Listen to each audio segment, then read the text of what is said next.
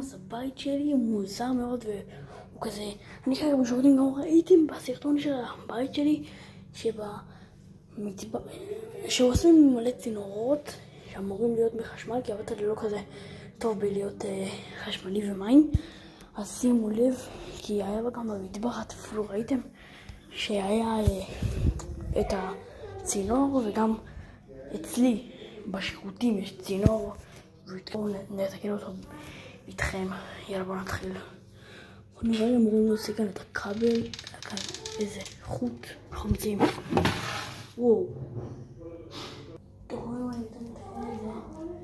מה אתם תראו? אתם כל מיני חברים.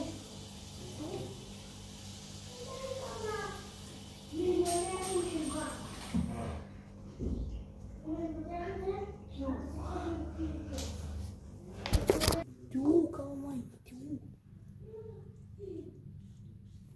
יואו. הוצאנו כולם מה זה שירותים, עכשיו אנחנו הולכים למלא שם עוד מים קדימה.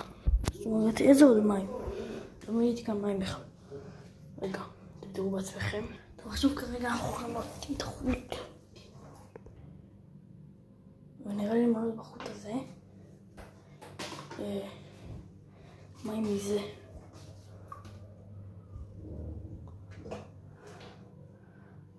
עוד נראה לי צריך.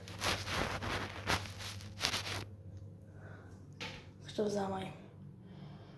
עכשיו אנחנו נשים את זה.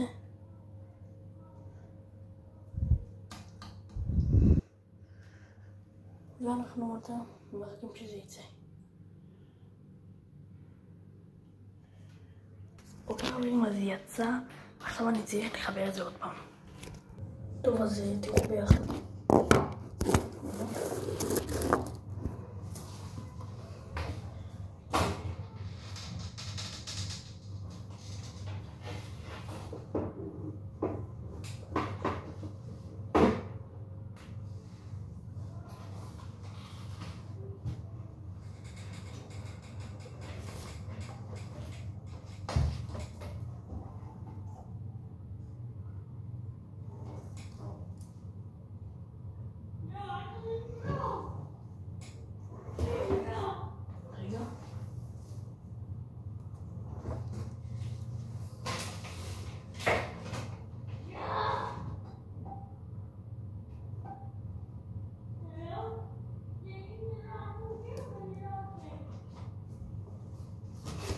השלמתי כאן את זה.